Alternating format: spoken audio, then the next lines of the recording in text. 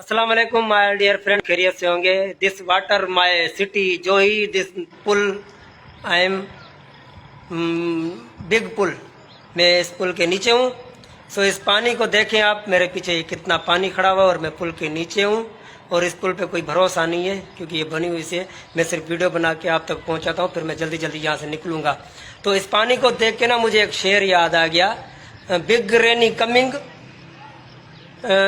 Big water coming, little rainy coming, little water coming.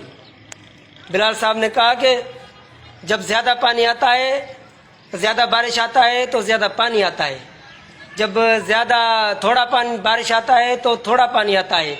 पर यहाँ पे ज़्यादा बारिश होगा तो ज़्यादा पानी आ गया है, यहाँ पे आप देख सकते हैं।